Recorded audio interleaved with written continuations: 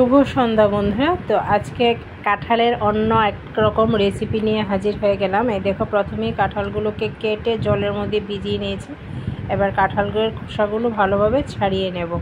তো আমরা কাঁঠাল যারা খায় তারা কি খায়, পেঁয়াজ রসুন দিয়ে মাংসর মতো করে খায়, নিরামিষ খেলে শিমের বিচি দিয়ে খাই, কিন্তু কাঁঠালকে আমি অন্য আরেক রকমভাবে খাবো আজকে। এই দেখো, কাঁঠালগুলোকে টুকরো টুকরো করে ভালো করে সিদ্ধ করে লবণ হলুদ দিয়ে দিলাম। এবার এগুলোকে ভেজেও নিলাম। আর ওইখানে থালের মধ্যে আমি সব কিছু মশলাও রেডি করে নিলাম, পেঁয়াজের বেরেস্তাও করে নিয়েছিলাম। তো এই দেখো, ভালো করে এবার এগুলোকে একটু ভেজে তুলে নেব, ফ্রাই করে নেবে। তো বন্ধুরা, তোমরা যদি দেখে বুঝতে পারো কি রান্না করেছি অবশ্যই কমেন্ট করবে। লাস্টে দিয়ে বলে দেওয়া হবে এটা কি রেসিপি। তো এখানে দেখো সব কিছু নেওয়া হয়ে গেছে। এবার গরম তেলের মধ্যে পেঁয়াজ দিয়ে দেবে, গোটা এলাচি, দারচিনি, লং সব কিছু দিয়ে দিচ্ছি। এই দেখো, একে একে সব কিছু দিয়ে দেব। তারপরে এটা একটু ভাজি হয়ে গেলে এবার কুচনো পেঁয়াজও দিয়ে দেব, মানে পেঁয়াজ কুচি দিয়ে দেব। তারপর হলুদ লবণ দিয়ে একটু ভালো করে ভেজে নেব। তারপর একে একে সব মশলা দিয়ে দেব। এই দেখো,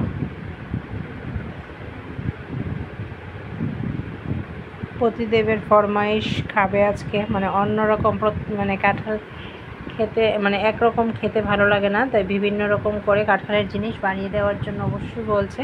তো দেখো, এখানে বাদাম পেস্ট, রসুন আদা পেস্ট, জিরে গুঁড়ো, ধনে গুঁড়ো, লঙ্কা সব কিছুই দিয়ে দেব।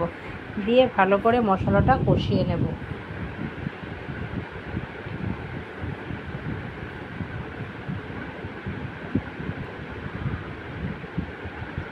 আর এখানে দেখো ভাজি করে রেখেছি কাঁঠালগুলো।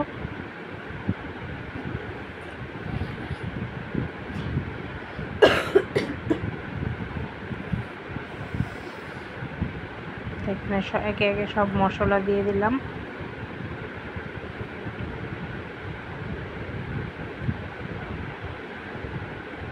সব কিছু মশলা দিয়ে এটাকে ভালো করে আবার একটু কষিয়ে নেব।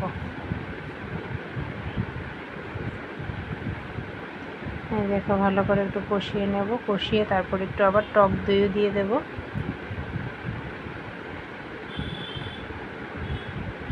তারপরে ভাজি করা কাঁঠালগুলো দিয়ে দেখো, এবার দেখো আস্তে আস্তে ভাজতে শুরু করব এবং দেখবে আস্তে আস্তে এগুলো থেকে তেল ছাড়তে শুরু করবে। এবার একটু টমেটো সস দিয়ে দেব। Tomato sauce. তো এই দেখো আস্তে আস্তে তেল ছাড়ছে। তো দেখে তো খুব ভালো লাগছে, তাই না বন্ধুরা? তো তোমরা কি বুঝতে পেরেছো এটা কি করেছি? কাঁঠালের রোস্ট করেছি। প্রতিদেব ফরমাইশ করেছে কাঁঠালের রোস্ট খাবে, তাই কাঁঠালের রোস্ট বানিয়ে নিলাম। তো বাই বাই।